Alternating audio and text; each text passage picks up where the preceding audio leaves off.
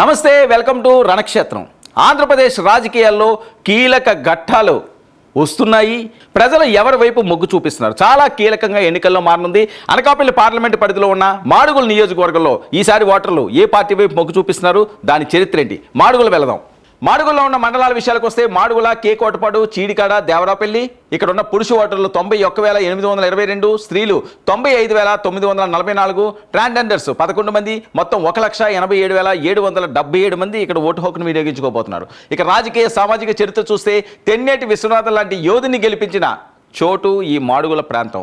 ఇక రెడ్డి సత్యనారాయణ 5 వరుస విజయాలను ఇక్కడి నుంచి సాధించారు. టీడీపీ 6 సార్లు, కాంగ్రెస్ 3 సార్లు, వైసీపీ 2 సార్లు ఇక్కడి నుంచి గెలిచింది. కొప్పుల వెలమ 10 సార్లు, తెలగ 2 సార్లు విజయాన్ని సాధించారు.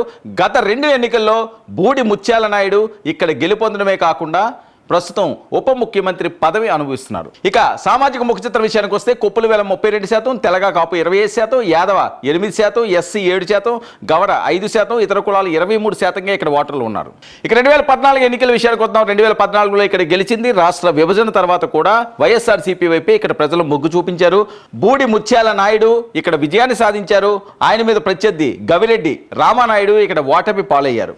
ముత్యాల నాయుడికి వచ్చిన ఓట్ల శాతం 72,299 కాగా గవిరెడ్డి రామానాయుడికి 67,538 ఓట్లు పోలేని 4,761 ఓట్లతో ముత్యాల నాయుడు విజయాన్ని సాధించారు. 2019 చూద్దాం. 2019 విషయాల్లో కూడా అదే రిపీట్ అయింది. గవిరెడ్డి రామానాయుడు మరొకసారి ఓటమి పాలయ్యారు.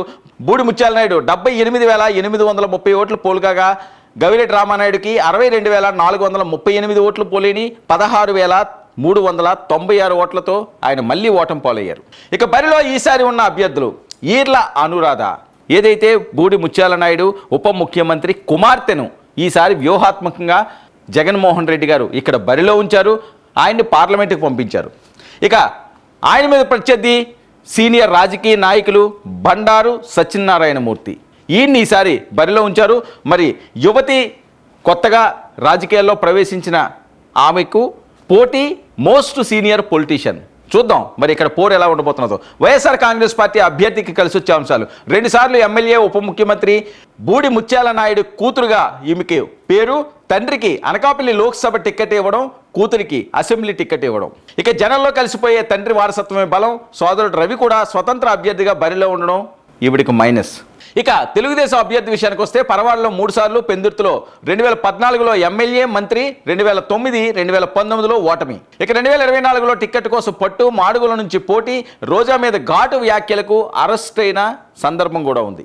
ఇక ప్రధాన అంశాలు: టీడీపీ అభ్యర్థి సీనియర్ నాయకుడైన అతి కష్టం మీద మాడుగుల టికెట్ లాస్ట్ మినిట్లో రావడం, ఆశావాహులతో కొంత ఇబ్బందులు, కొత్త నియోజకవర్గం కావడం కూడా సమస్యగానే ఆయనకి మారనుంది. ఇక వైసీపీ అభ్యర్థికి ప్రత్యక్ష రాజకీయాలు కొత్త కావడం మైనస్, తండ్రికి ఉన్న ప్రజాదరణ ప్లస్ పాయింట్, సోదరుడు పోటీ చేయడం మైనస్ పాయింట్గా పేర్కొంటున్నారు. మరి చూద్దాం ఇక్కడ బండారు సత్యనారాయణ మీద బూడి ముత్యాల నాయుడు కూతురు విజయం సాధించబోతుందా?